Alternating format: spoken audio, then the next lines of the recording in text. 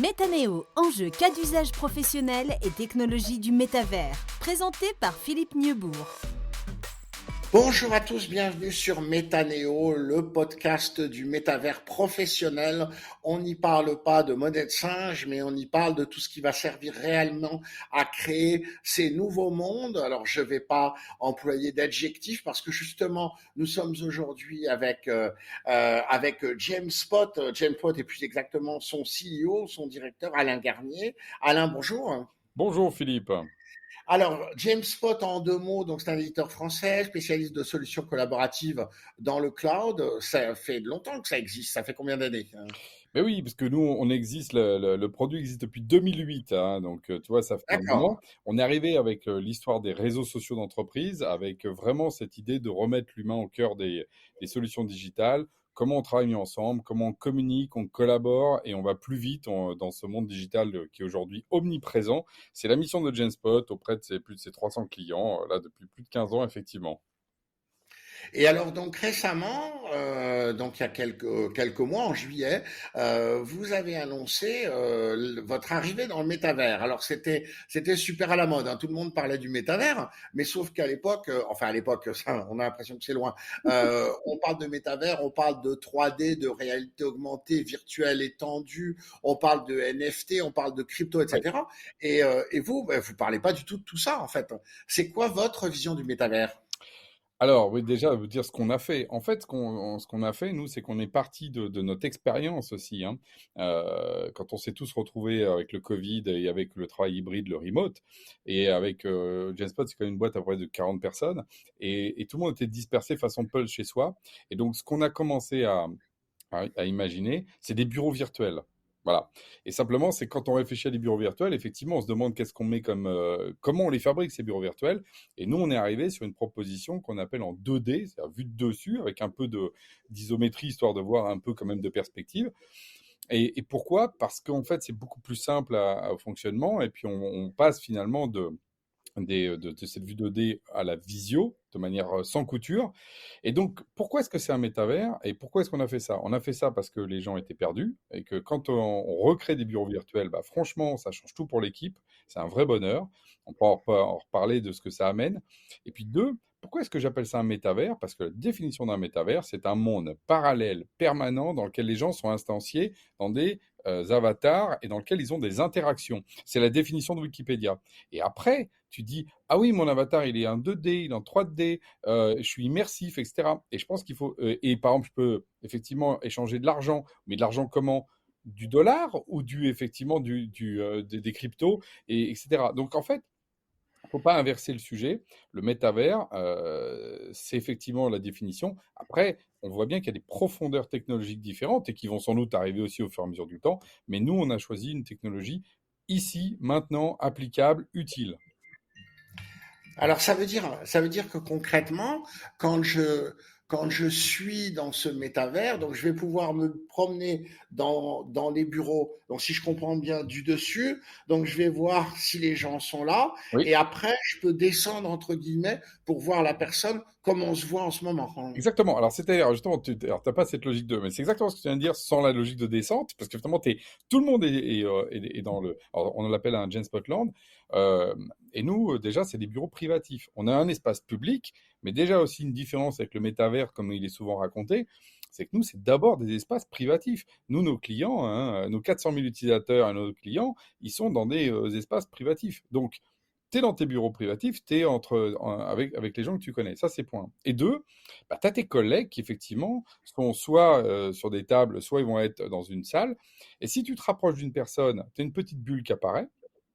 Et effectivement, comme là on le fait, tu peux discuter avec la personne en one-to-one. On peut aller jusqu'à 4 à discuter. Et après, tu as des rooms et tu rentres dedans. Et là, tu as une visio.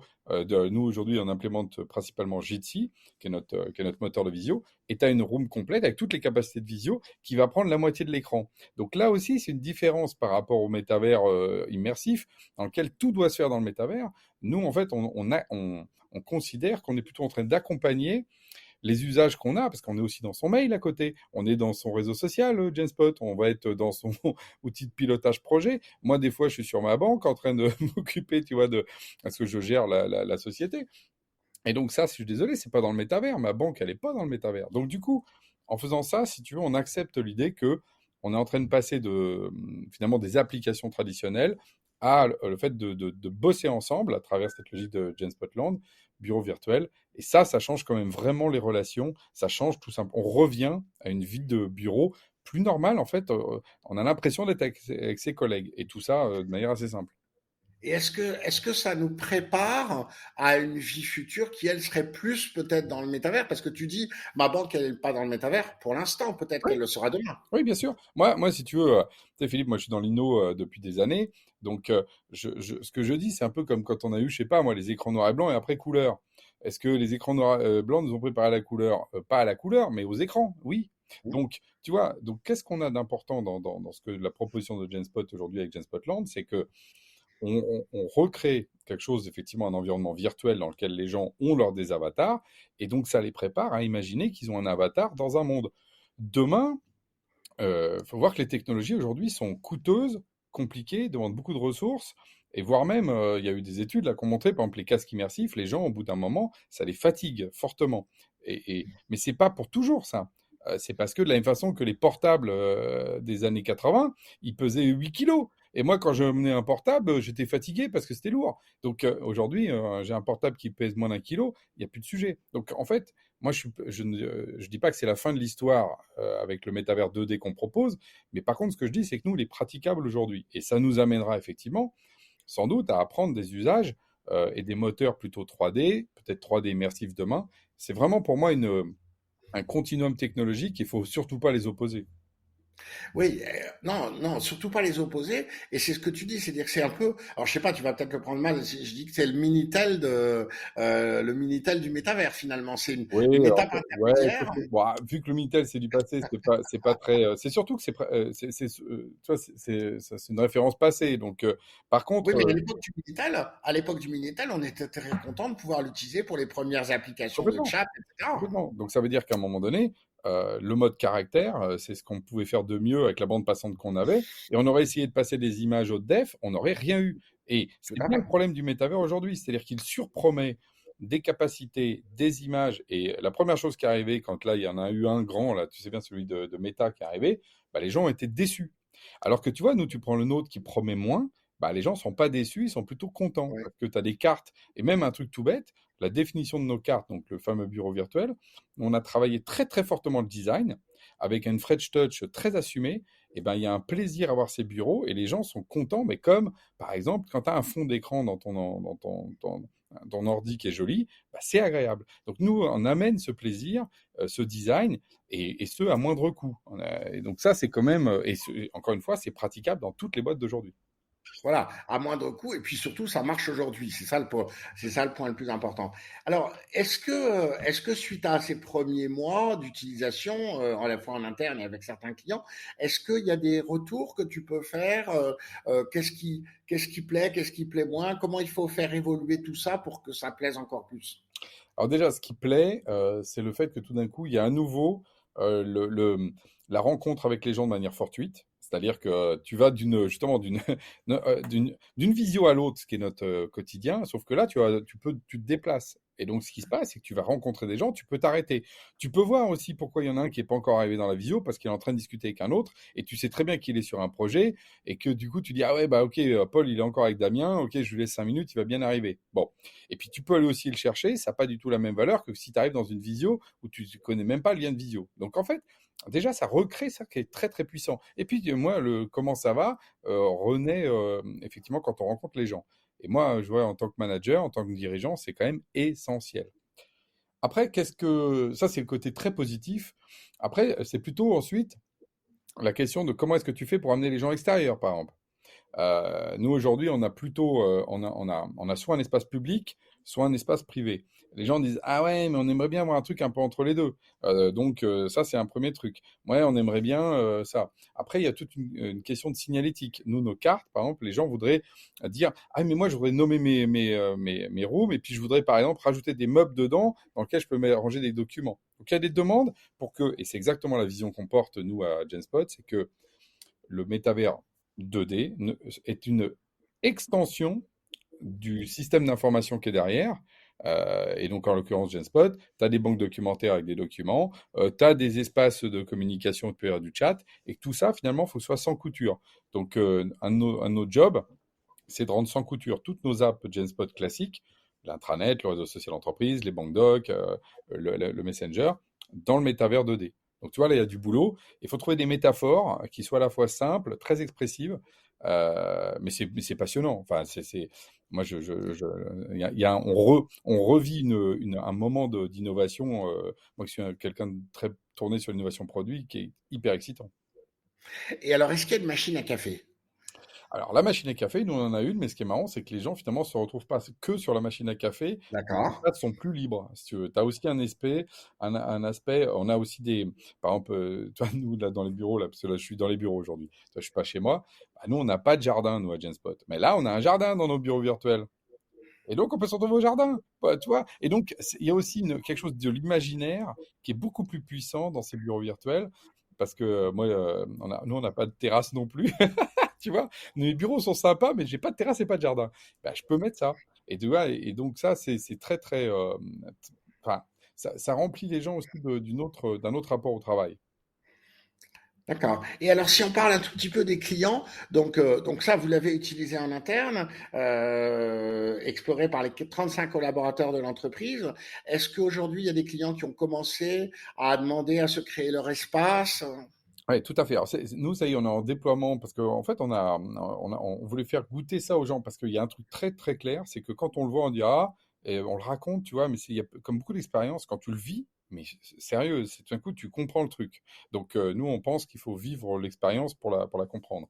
Donc, on a déjà commencé à le montrer à nos clients et à leur déployer gratuitement des espaces virtuels pour qu'ils voient un peu comment ça se passe. Et ça y est, on en a certains qui sont en train d'onboarder là-dedans.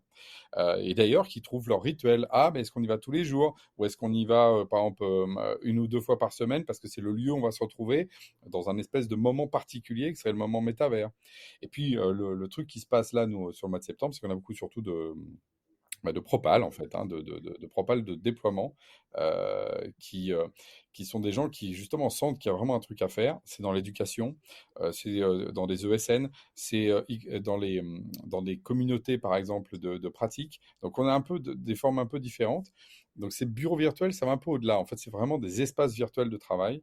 Le bureau étant, on est en train de travailler, par exemple, pour une logique de village, des trucs plus ouverts, tu vois, moins, je suis dans des bureaux, plus je suis dans un espace ouvert. Il y a aussi cette demande. Donc, euh, on est en train de construire des cartes, justement, avec des univers très différents pour incarner cette expérience, parce que finalement, il y a beaucoup de la réussite qui tient dans cette fameuse décorum intérieur. Tu vois, il y a finalement peu de fonctionnel. C'est assez simple, tu te déplaces. Justement, nous, on n'a pas voulu surcharger. C'est pas un jeu vidéo. On veut pas mettre les gens en échec face à des trucs où ce serait compliqué à faire. La seule chose qu'ils ont à faire à comprendre, c'est les fameuses petites flèches. Et encore, tu peux prendre ton avatar, tu cliques à un endroit, bzzzt, il se déplace. Voilà, c'est tout. Et que quand tu vois quelqu'un, tu as la vidéo qui s'ouvre, ça, c'est les gens comprennent tout de suite. C'est marrant, ils se rapprochent et ça marche. Donc, si tu veux, il n'y a pas de. Et les rooms, bah, tu vois deux zouzous qui sont dans une room, bah, tu les rejoins. Enfin, ce qui est bien, c'est qu'en tout cas, euh, l'usage est peut-être encore plus évident, par exemple, que quand on a mis les réseaux sociaux d'entreprise, tu vois. Il y a quelque chose de plus instinctif encore dans l'appropriation dans ce système, quoi. Alors, merci beaucoup, c'était passionnant. Une dernière question. Euh, Dans le futur, c'est quoi les tout prochains développements? C'est quoi les trucs les plus importants qui te paraissent nécessaires de développer maintenant pour une V2? Alors, dans la vidéo de Jane Spotland, il y a le fait d'avoir justement une gestion fine des invités. Qu'est-ce que ça veut dire dedans dehors? J'invite des gens extérieurs, je les mets à l'intérieur, mais je veux pas qu'ils puissent rentrer le lendemain quand je les ai vus, si tu veux. Ça, c'est toute une logique qui est justement qu'on est en train de mettre en place. Le deuxième point, c'est la problématique d'être capable, à l'intérieur d'un bureau, par exemple, de faire ce qu'on fait bêtement dans l'intranet, j'ai envie de dire bêtement, mais tu vas voir, c'est mettre un flash info pour dire à tout le monde, attention, on ouvre un magasin à telle ville. Bah, ça, dans le métavers aujourd'hui, il va falloir qu'on fasse des panneaux virtuels pour projeter cette information qui vient aussi de l'intranet. Donc ça va être D'accord. ce maillage avec des outils de communication. Euh, et le troisième point, ce serait le travail aussi de l'autonomisation des profils. Les gens sont hyper attachés à modifier leur profil. Et donc, nous, on a une série de profils qu'on a mis, mais mais on voudrait aller plus loin là-dessus, leur proposer une grande gamme pour pouvoir jouer avec ces profils, parce que ça, c'est un point que les gens ont envie de jouer avec leur profil. Mhm. D'ailleurs, avec des problèmes de droit, tu vois, je vais t'en parler. On parle des trucs qui posent problème. Nous, par exemple, les Gensportiens ont beaucoup joué avec, à mon avis, des habits de Star Wars qui sont disponibles en open source sur les profils. Mais ça, moi, j'ai pas le droit de les commercialiser, si tu vois. Et donc, parce que moi, j'ai pas de licence Star Wars, si tu veux. Donc, tu as une question qui va se poser entre l'appropriation des gens qui ont le droit de s'habiller avec des marques, mais moi, je peux pas non plus mettre ces marques en catalogue. Donc, il y a quelque chose d'intéressant là-dessus à inventer en termes de modèles. Et c'est là, évidemment, où on pense au NFT, bien sûr. À un moment donné, on voit bien que le NFT fait sens pour se payer un petit bout de R2D2 pour être oui, moi j'étais maître Yoda pendant un temps. C'est marrant parce que ça m'allait plutôt, ben, ça m'allait plutôt bien et les James Potiens me parlaient avec les phrases inversées. C'était adorable. Euh, Dans le métavers, moi j'étais sage. Parfait. Ben, écoutez, Alain Garnier, merci beaucoup. Merci d'avoir échangé avec nous sur ce James Spotland, premier métavers réellement opérationnel qui fonctionne, où il y a des gens qui vivent et qui passent du temps, tout simplement en 2D. Mais comme vous l'avez expliqué, ben, il a peut-être le désavantage de la non-immersion, de la non-3D, mais par contre l'énorme avantage de fonctionner aujourd'hui, contrairement à tous les métavers qu'on nous vend. Et puis, ben, cette deuxième version, si vous voulez bien, ben, on se retrouvera et on vous réinvitera à venir nous présenter cette deuxième version. Et puis peut-être que ce sera intéressant de voir comment vous avez évolué vers cette notion de village, peut-être avec les clients qui pourraient avoir des immeubles Tout à dans le fait. même village. Et ça pourrait être intéressant de cette collaboration inter-entreprise également. Tout à fait. Un dernier point, Philippe, je voudrais Oui, dire quand même que la techno derrière est open source et celle aussi de Work Adventure, qui est un acteur français qui œuvre là-dedans, et avec Grégory Rocher, que je salue. Et justement, on utilise aussi sa techno pour la partie moteur qui est en dessous. Nous, on fait toute la partie justement fonctionnelle et map. Mais je tenais à donner tout à leur nom fait. et dire que c'est de la techno française européenne parce que tu sais que je suis très attaché. Eh bien, écoutez, merci beaucoup. On se retrouve très bientôt pour de nouvelles interviews sur Métanéo. Ce podcast vous est présenté par Métanéo. Retrouvez toute l'actualité sur www.metaneo.fr.